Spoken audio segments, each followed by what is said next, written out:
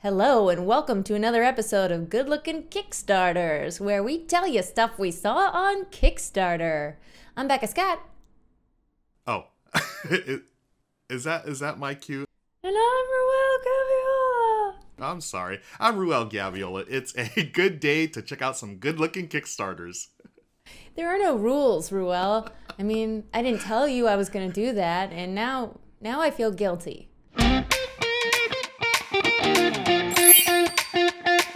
I totally got the giggles now. Okay, take a deep breath. I'm good to go.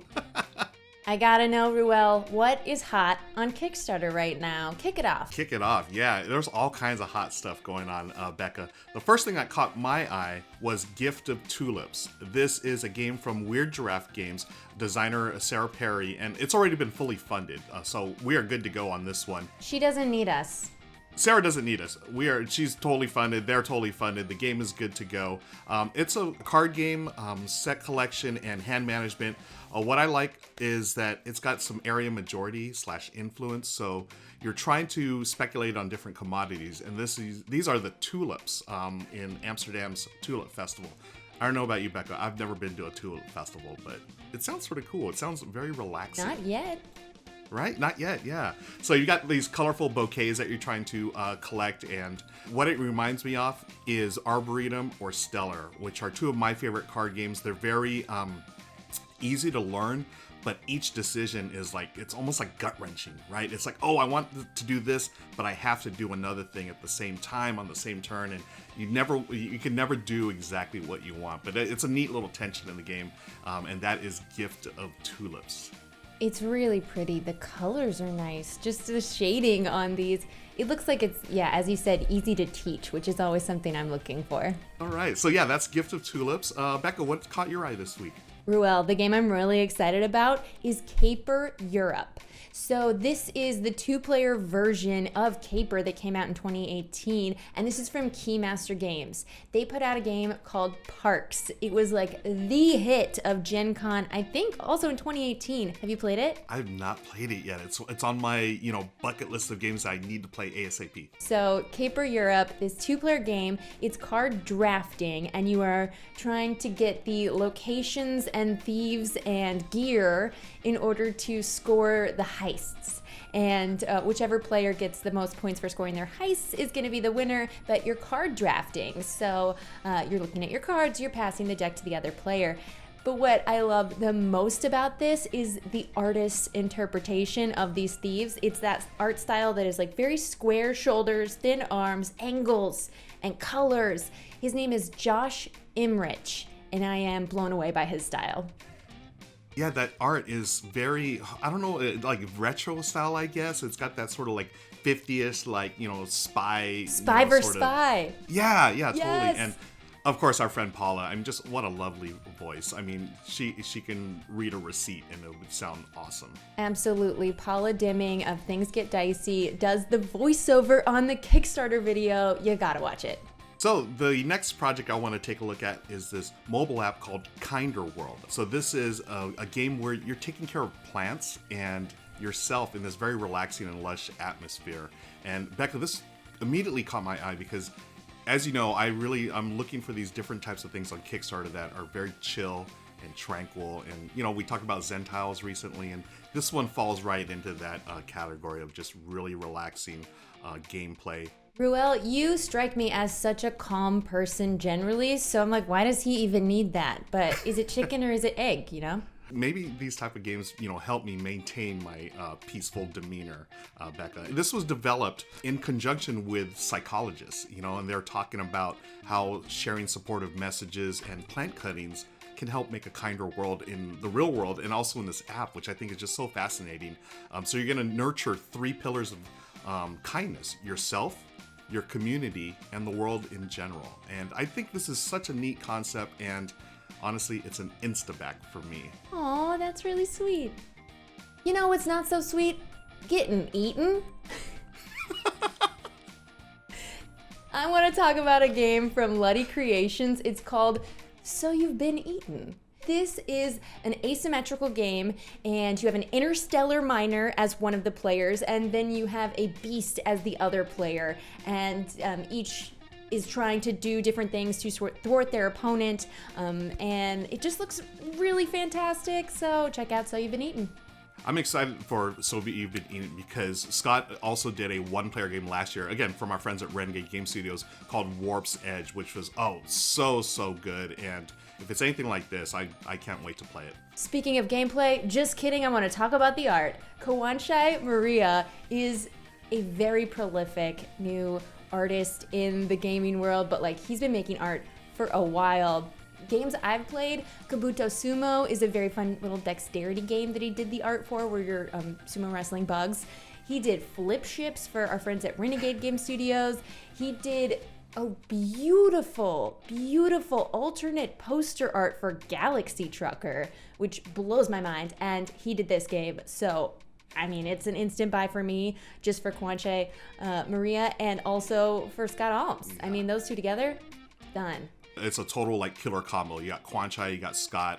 I mean, awesome art, awesome gameplay. Just mash them up. Yeah, I'm gonna double instant back this with you, Becca, for sure. Yeah, you can't go wrong. All right, so I've talked about chilling, and let's now change things up a little bit here, Becca. I want to talk about smashing and adventuring and all kinds of fun stuff. We've got Meeples and Monsters, a game from AEG, who has just been killing it lately with their games. This is a bag building engine builder from designer Oli Steinis, who, if you've ever played Champions of Midgard, that's his game. And I love Champions of Midgard. What Meeples and Monsters is it reminds me of Lords of Waterdeep, but you throw in some bag building into it. Seems like it's... You're just naming all my favorite things. Right? Yeah, it's like I've actually played a demo of this with some of the guys down at AEG, and Becca, it is fantastic. I loved every bit of it.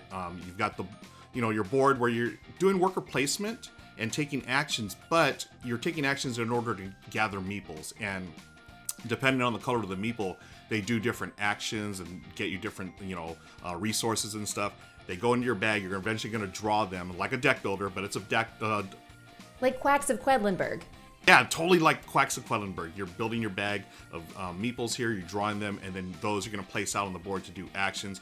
It's such a cool, mashup of mechanisms, and it's got this fun, fantasy theme. Your adventurers are trying to protect the town from, the monsters and stuff. So you're going to beat up the monsters, collect points, and you also have secret missions as well. So it's got a little bit of everything, and everything works together just perfectly. This was an instant back for me. Meeples and Monsters from AEG. Yeah, this looks like an expansive one, and it really does have a lot of elements of all my favorite games smashed together. I want to check this out too, and I'm jealous you got to play the demo. Yeah, it was so cool. It was just, we played on Tabletop Simulator, and, the guys, walked me through a couple of turns, and, I totally got crushed, but it was fun, and immediately I was just thinking, I can't wait to actually play the real game with the meeples, and I might have named a couple of my meeples already, Becca, but we're going to save that for a next time. Is this an Easter egg calling back to when I told you that I named a meeple Ruel? Ding! So my little adventurer warrior, Becca, might have helped me out to complete a quest or two.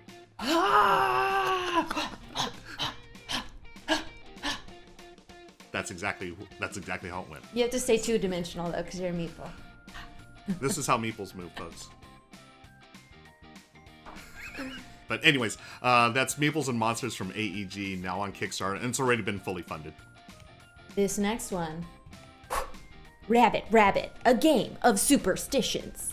This is a really sweet party game, and it's a little something lighter than some of the other stuff we've mentioned. This is by Amy Bio, and she runs Pink Tiger Games out of Portland, Oregon. It's just kind of like a trivia party game, but all of the cards have to do with specific superstitions from specific areas of the world. And honestly, I find that information super fascinating, so that's why if I'm gonna get a party game, it's gonna be this one. Oh yeah, this looks fascinating. Just all the different myths and urban legends and lore. I'm ready to learn about it, and I want to see how they're gonna use it to inside a game. Yeah. Okay. Let me ask you a question. If you step on someone's what, you are cursing them. New shoes, table, shadow, or purse. I'm gonna say I wanted to say step on a step on a crack, break your mother's back, but that has nothing to do with this. I'm going to say they're shadow. Absolutely, you got it. Really? Oh, wow. And the game rules are very simple. It's whoever's the first to collect 7 cards by answering the trivia correctly. But really, it's more about the fun, unique trivia in this game. I love games like this where it's, they do have rules and everything, but honestly, at the end of the day, it's all about having a good time with your friends and learning new things. Interesting. I always thought it was winning. Anyway, that is a rabbit. Becca, I've got an honorable mention this week. This week? Yeah. Huh. My honorable mention this week is The Dark Knight Returns, the board game. I am such a big fan of this graphic novel series. It was actually released way back in the 80s, like a long time ago in a galaxy. Well, you know how it goes. By Frank Miller. This basically redefined the Batman legend. And for me to see this on the tabletop, I've got goosebumps everywhere, and I'm so excited to play this. It's actually a 1-player game, but they've already added a 1v1 version to this game. So you're following the narrative arc of the Batman, The Dark Knight Returns, and you're going through and you have variable setup and different goals to go through this game.